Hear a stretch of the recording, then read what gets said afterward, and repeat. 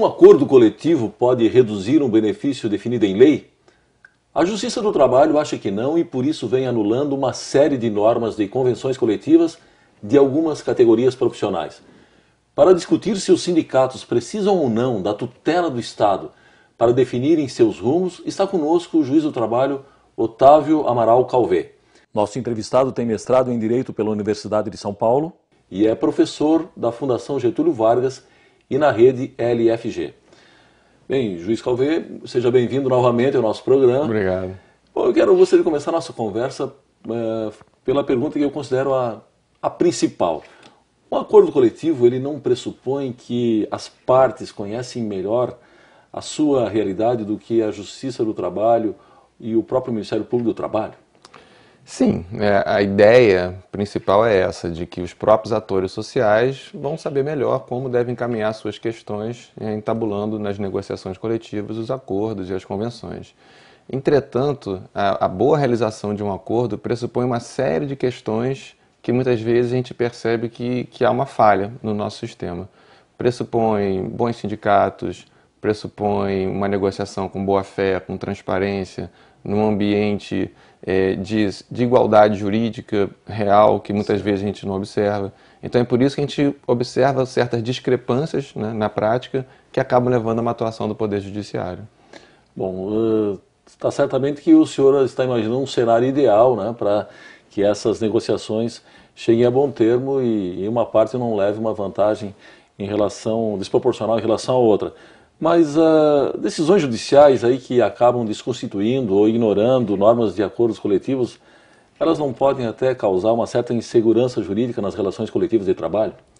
Pode causar num primeiro momento, né? Porque imagina-se que os atores sociais poderiam, sozinhos, se desenvolverem nos seus próprios interesses. E a partir do momento que o judiciário acaba anulando uma norma, isso pode gerar alguma espécie de contratempo na vida da coletividade.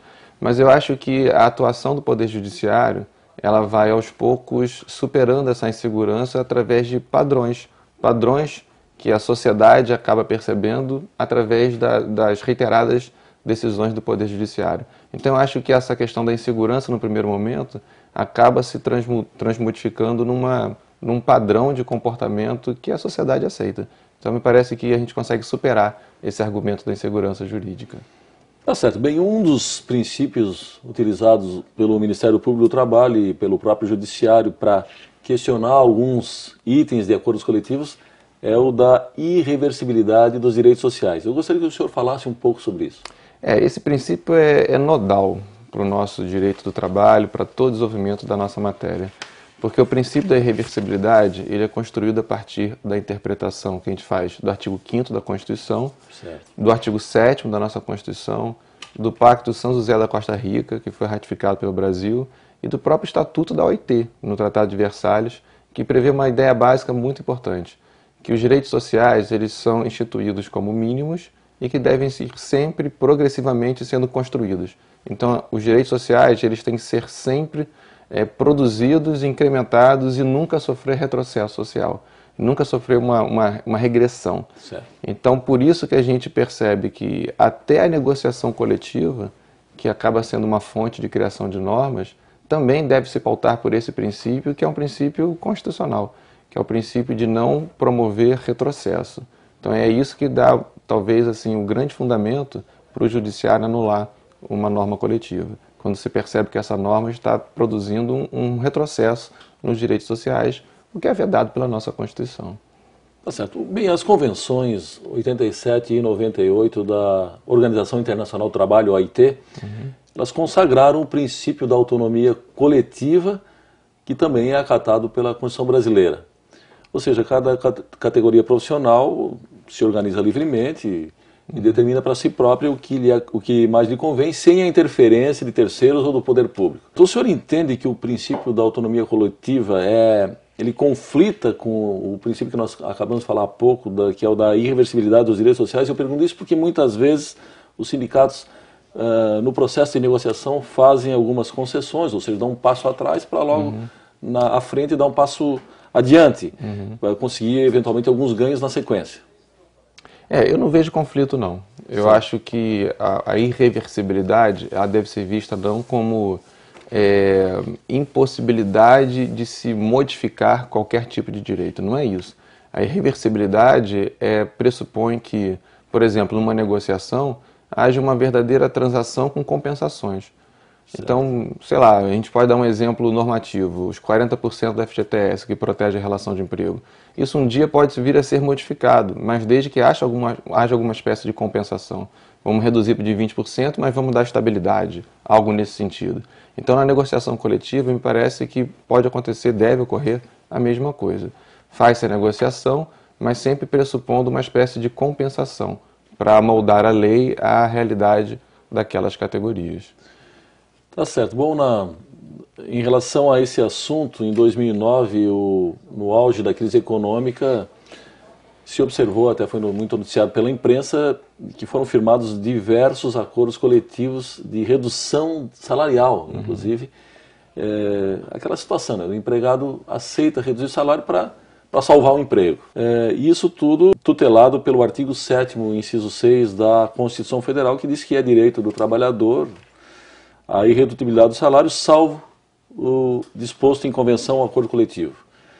Bom, primeiro eu gostaria de saber qual a análise que o senhor faz. De certa forma, o senhor já falou um pouco sobre isso, a respeito desses acordos. E depois, se essa permissão constitucional ela não enfraquece aí o princípio do qual nós já falamos um pouco, que é o princípio da irreversibilidade dos direitos sociais. Eu acho que a irredutibilidade do salário, salvo negociação coletiva, né, essa flexibilização que a Constituição permitiu, ela se justifica nesses momentos emergenciais. Tem que ser sempre uma coisa temporária, uma coisa para enfrentar um momento de crise verdadeira, né, desde que essa crise realmente esteja demonstrada, com transparência, com boa fé, porque a gente observa na prática que muitas vezes esse argumento do medo, né, da crise, é utilizado como forma de pressão sobre os trabalhadores, né? O trabalhador acaba aceitando a negociação porque ele pensa, ou eu aceito a redução, ou eu vou ser dispensado, né? Mas eu acho que mesmo nesses momentos de negociação para enfrentar essas crises, que eu acho que é bem-vinda essa possibilidade, a gente deve ter sempre em foco uma compensação também, para se resguardar o princípio da irreversibilidade. Então, para a empresa, por exemplo, não quebrar, vamos reduzir temporariamente os salários, mas vamos dar uma garantia de emprego, vamos dar algum outro sistema que possa compensar esse momento de crise, sempre, a meu ver, temporário. Não se justifica uma redução eterna para se enfrentar uma crise, né? Acho que é para salvar a empresa, que é o bem maior, que é a fonte produtora e que mantém os empregos, mas sempre nessa ótica, para a gente evitar abusos que infelizmente acontecem. Até porque no caso do Brasil, a crise que se prenunciava acabou não acontecendo com a intensidade que estava se alardeando. Parece que foi realmente uma marola, né, como falaram na época. Então acho que a gente teve sim alguns reflexos da crise, mas não foi nada assim tão assustador, né, nada assim tão impactante. É só ver, por exemplo, mais uma vez, os lucros dos bancos aqui no Brasil, né, lucros semestrais bilionários. Então me parece que o Brasil está, hoje a gente pode considerar um país com uma certa segurança, com uma certa estabilidade, um país rico, um país que tem uma economia pungente, né, mas que ainda tem o problema da má distribuição, né. Tá certo. Bem, juiz Calveiro, nós precisamos chamar um rápido intervalo. É um instante só.